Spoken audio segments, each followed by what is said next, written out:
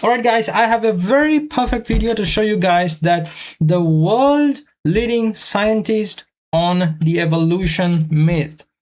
And he's saying about the evolution and the life, how it came, all of that stuff. This is very interesting. This respected chemist admit science is lying something, right? The science is lying something somewhere else.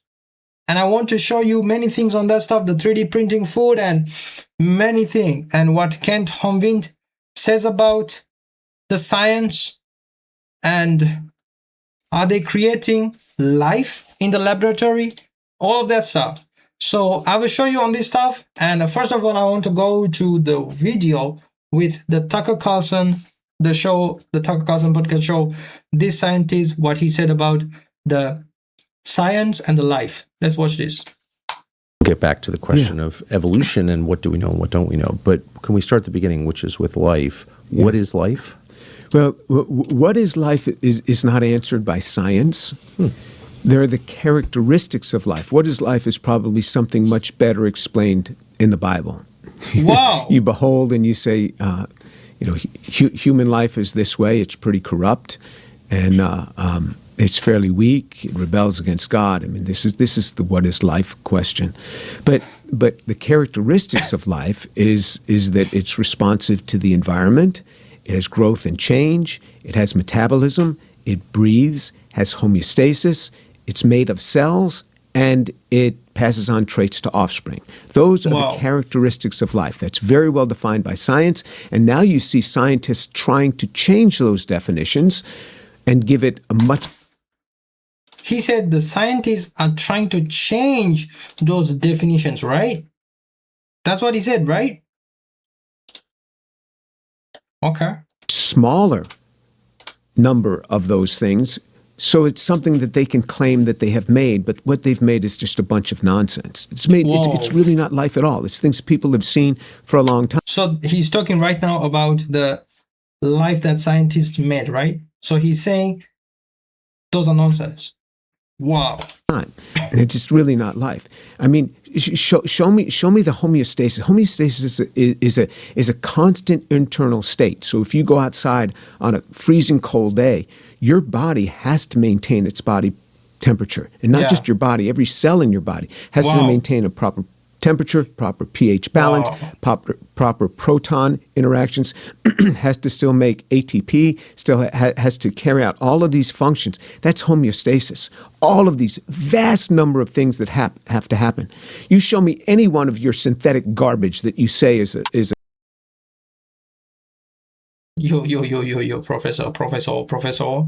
A cell, and show me the homeostasis in this. It's not there. Show me the metabolism here. Show me that it breathes. Show me what it's doing with oxygen. Show me. It's not there. And so this is the characteristics of life. And every cell has it. It has to be made of cells. This has always been a characteristic of life. It has to be made of cells. So we see this in every cell, but we don't know how to mimic it. Every cell, but we don't know how to mimic it. We don't know how to mimic it. We see this in every cells. Bro, the cells are important then. Then cells are important then, right? Yo. That's a good point. That's a good point. Then he's challenging to scientists to show the things that he said, right? And also, I want to show you right now that he explains how the scientists are so far away from being able to bioengineer life that would replicate the natural life that we have right now. Watch this. Watch this. Could make all of these pieces. Could you do something with it? And the answer is no. They don't know what to do. And a cell is an amazing machine. People will say, well, cells... Amazing machine. ...were much simpler back then. Much simpler. No, we already know what the simplest cells are. First of all, yeah, we know what the simplest cells are because the simplest cells that we have on Earth today are very similar to the cells in the fossil record, the simplest cells in the fossil record. That hasn't changed. But biophysicists have already told us you can calculate what is the simplest cell that you could have that could still be operable. They can calculate this. All right, make one of those. Nowhere close. That has like 15 basic components structures that have to be made. How many of those 15 have been made in a prebiotic sense? How many of those have ever been made? Zero. None. None of them have ever been made. Wow. We are so far from life, and people will say, oh, well, we're getting closer. No, we already know that we're nowhere close. And the way you know in science that you're nowhere close is this. You look, okay, how far am I from the target? This is my target. This is where I am now. So I move a little bit closer. I figured out something. But what's happened is the target has moved miles away from us. The target is... Wow. So it means when you discover something, the goal that you were going to is going far. Moved miles away, just even though I moved a nanometer closer here. Every year the target moves further away. Why? Not because the cell is evolving, but because we learn about the complexity of the cell. We go, oh, I have to make that, or I have to do that, or I have to have the whole system level structure here. This whole system level structure to this, I have to have something called chiral induced spin selectivity, which we didn't even know about until 25 years ago. I have to have the whole interactome solved, which we didn't know about until 20 years ago. So these things become increasingly difficult to think about solving. It's very hard to think about solving this because the target is moving away from us much faster than we're approaching it. So, wow. So it means one cell in a body is doing an incredible job. Even the scientist cannot figure that out. That's what he's saying, right? Wow. Just tiny cell in a human body. That's what he said. Bro. And also, watch what nowadays scientists have made. This is a video clip that I've seen actually, that a steak made from an AI 3D printer. Watch this. This is how we make 3D printing food that you eat. A juicy sizzling steak made by computer. Bro, these are the things that scientists make, I think. While obtaining regular meat is a process that's been taking place for millennia, cow, butcher, beef, Redefined Meat, a meat alternative startup out of Israel, makes their product using a highly technical process. The mix of soy and pea protein, chickpeas, beetroot, nutritional yeast, and coconut fat is formed into steak-like shapes using a 3D printer. Our goal is to become the largest meat company in the world just by harnessing technology instead of animals. Meat Harvesting technology instead of animals? Bro. substitutes are not new, but unlike the soy-based crumbles that mimic ground beef, Redefined Meat's product is designed to act, taste, and cut like flank steak. This is the holy grail of alternative meat. But the most important part, how does it taste? This diner was happy. The texture feels right. She ate that? The texture feels right. Even the smell smells like the real thing. Really authentic for me. It's revolution. Revolutionary? No way, bro. Nowadays, people are becoming something robots, bro. I'm telling you, 100% they are becoming robots. Who is going to eat a technology? Who is going to eat something, a product that is made not by God? And because of this thing, many people are sick. Because of this thing, many people are going through a lot of stuff and doing medications and all of that stuff. Because that's only that they got.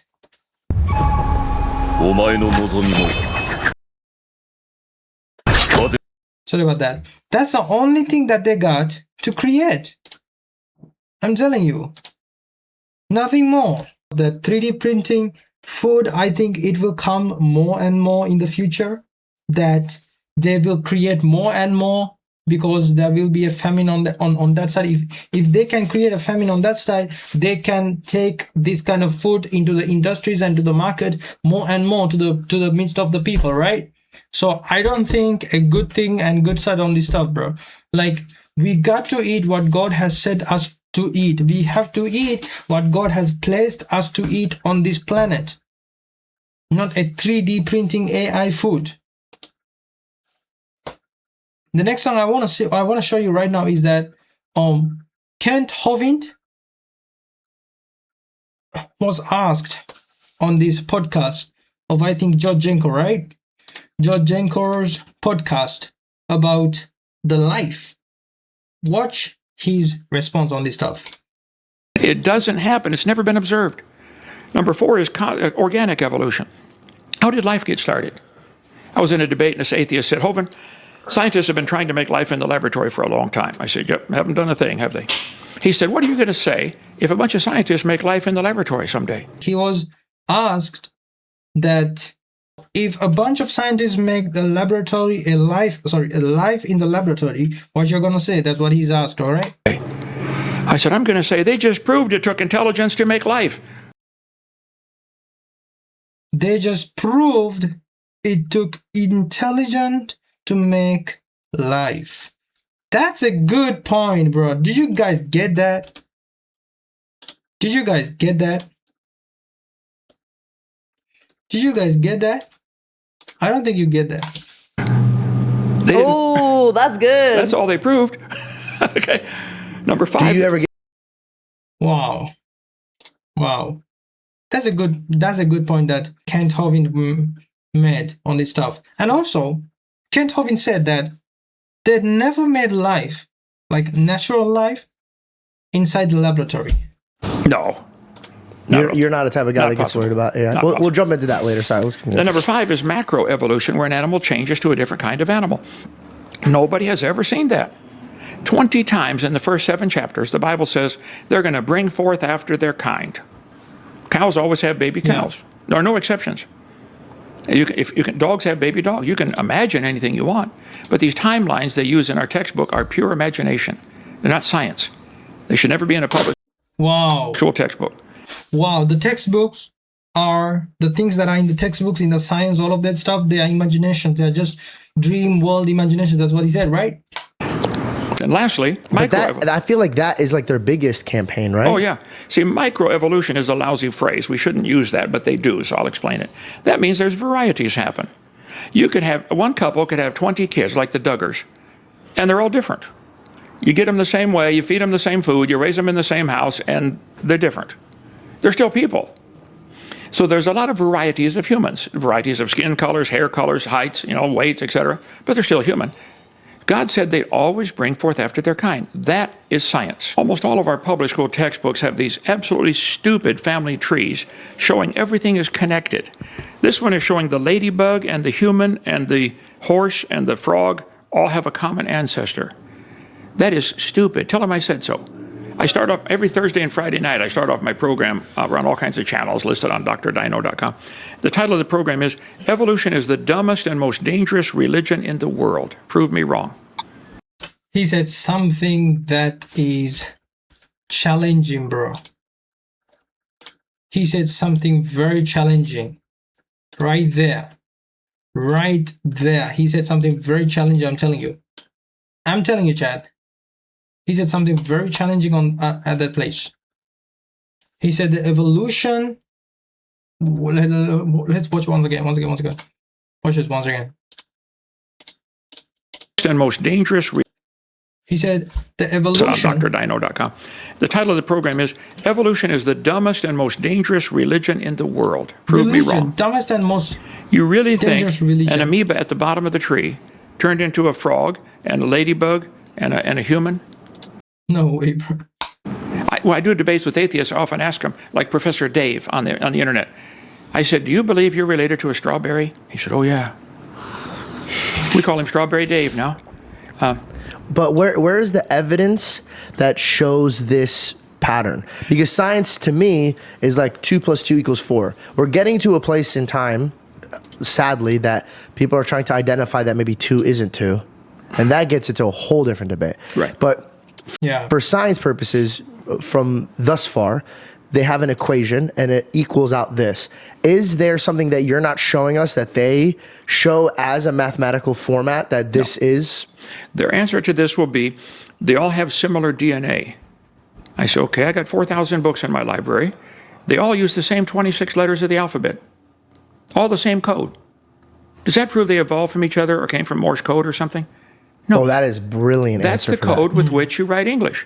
God made the DNA in every human being and every animal. It's an amazing code. If you took all the DNA out of one cell from your body and tied it together and stretched it out, it'd be 6 feet long. 6 feet long? And you probably have 100 trillion cells just in your body.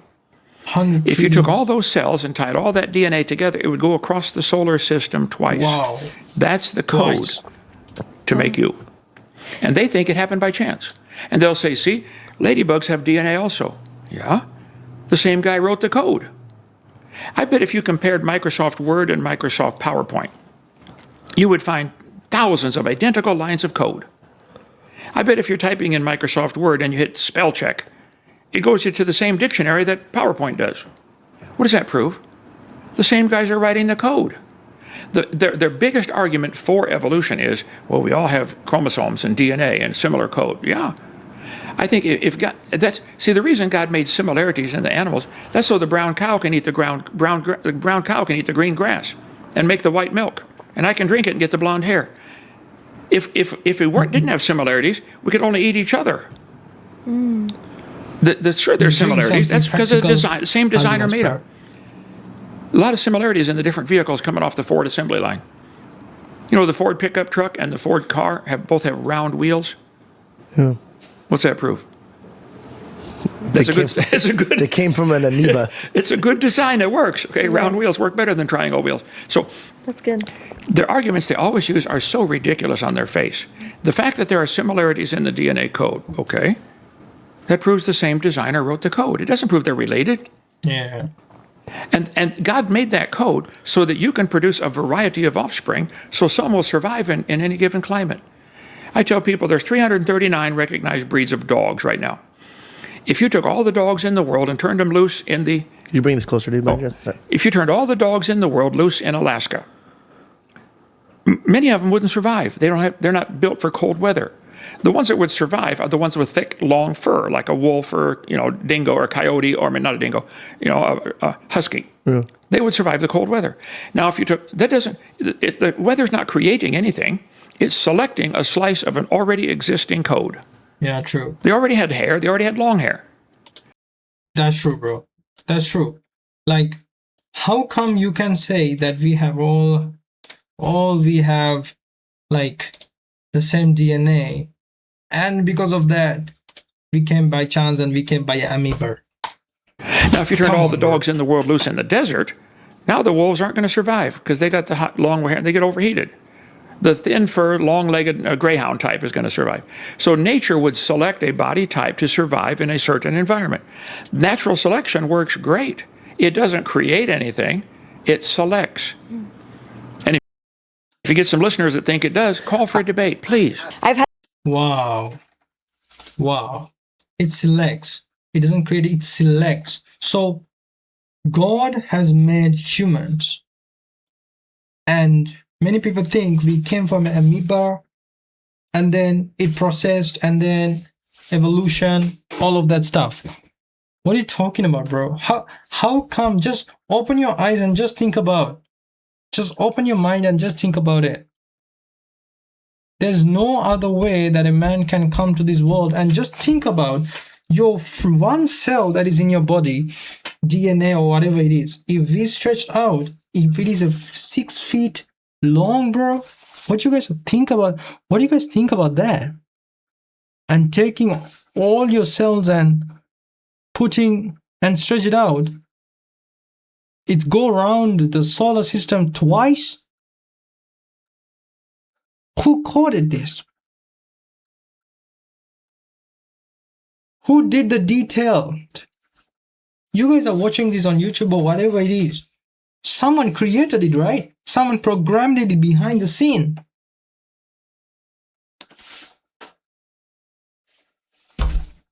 And I pray that these people will come under Jesus, the creator of all. So, what do you guys think about? Let me know in the comments. I'm out, y'all.